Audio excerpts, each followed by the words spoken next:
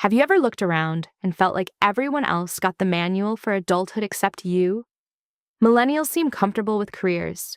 Gen Z somehow understands the internet in a completely different way, and you're trapped somewhere in the middle. That feeling is not random.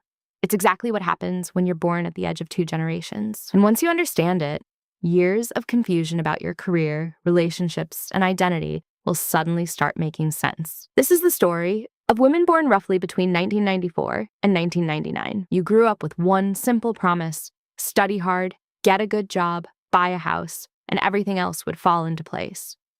But by the time you reached adulthood, that promise had disappeared. Suddenly, there wasn't one right path. There were hundreds: a stable career, a startup, freelancing, becoming a creator, moving abroad, working remotely. For the first time, almost every life looked possible. It sounded like freedom, but psychology tells a different story.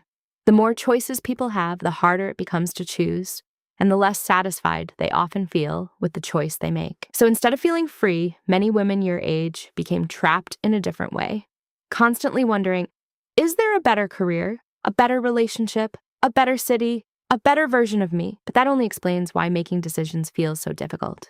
It doesn't explain why so many women your age feel like they're constantly being watched. For that, you have to go back to your teenage years.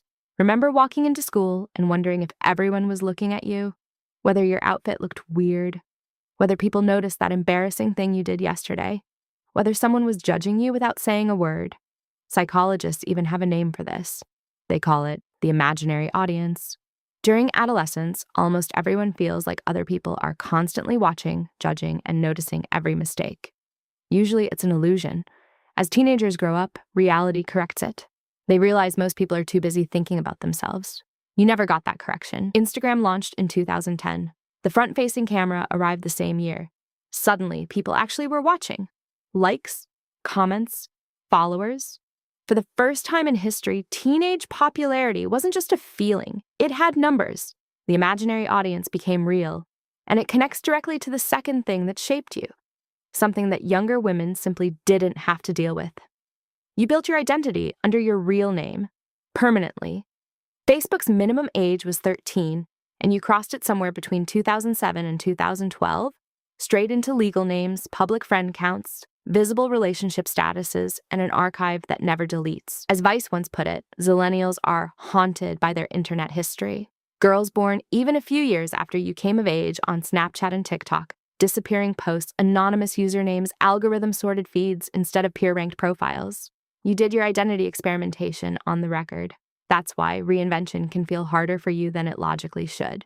Maybe you've wanted to start posting online, change careers, dress differently, even become a completely different person, but something always holds you back. It's not just fear of failure, it's the feeling that everyone remembers who you used to be. So you had self-consciousness that was actually justified, and a public record of your most uncertain years. And then, right on top of all of that, something else was happening in the broader culture. Around 2012, anxiety and depression among teenage girls started rising sharply. Researchers still debate exactly why. Some large analyses find social media's effect smaller than the headlines suggest. Others find it significant, but almost everyone agrees on the timing. The curve bends upward right around the years you were 14, 15, 16. You weren't at the edge of that mental health shift. You were in the middle of it, and you were navigating it without a vocabulary for it, which actually sets up the 10th point perfectly. So keep that in the back of your mind. But before we get there, let's talk about money. Because this one is quieter than the others, and it runs deeper than most people realize.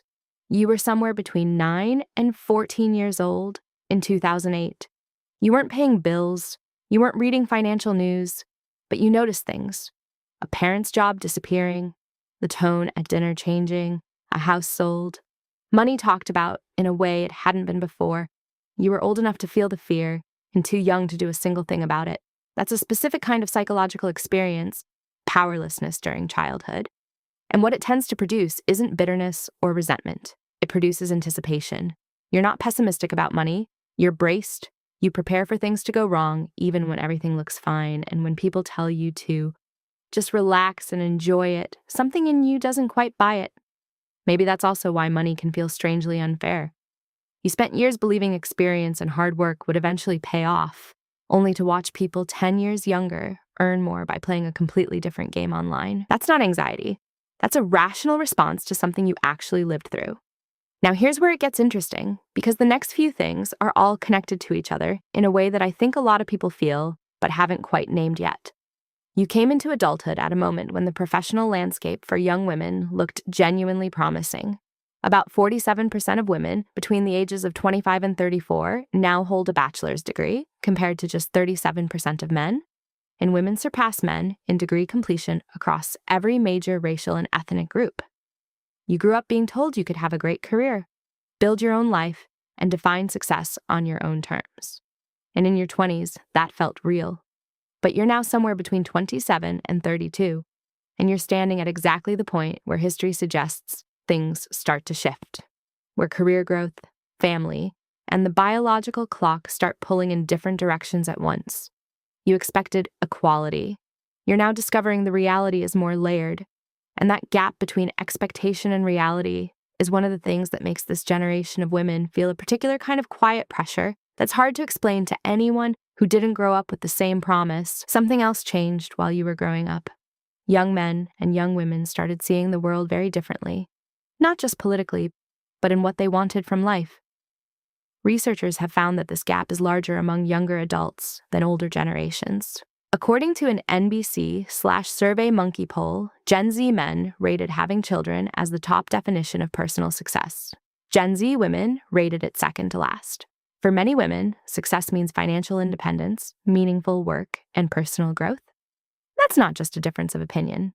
It's two different definitions of what a good life looks like. If dating has ever felt harder than it should, sometimes it's not because you're incompatible. It's because you're working from completely different blueprints for the future, and the math makes it harder. About 58% of American college students are now female. So if you went to university and you're looking for a partner with a similar educational background, the pool was structurally smaller from the day you arrived, not because of anyone's preferences, not because of anything wrong with you. It's arithmetic. And the reason this matters is because of how it tends to feel. Most women interpret it as something personal. It isn't. So if you went to university and you're looking for a partner with a similar educational background, the pool was structurally smaller from the day you arrived, not because of anything wrong with you. It's simply math. Maybe you've spent years working on yourself, going to therapy, healing old wounds, reading books, building your career, becoming financially independent. You don't expect perfection. You just hope to meet someone who's growing in the same direction. But statistically, that search is harder than many people realize. So what feels personal often isn't. Now we're almost at the last one. But first, if any of this is landing for you, drop a comment below.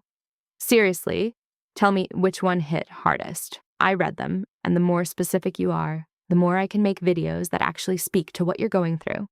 Okay, the 10th thing, the one I said almost nobody talks about. COVID arrived when you were somewhere between 20 and 26. And friendship research consistently shows that the early to mid-20s are the last high-volume window most people have for building close friendships. The number of close friends typically peaks in the mid-20s and declines from there.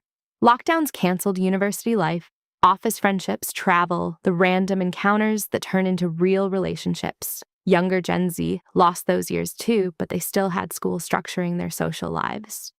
You had already left it. So when you think, I've forgotten how to make friends, or something must be wrong with me, you're describing a structural loss as a personal failure. It wasn't personal.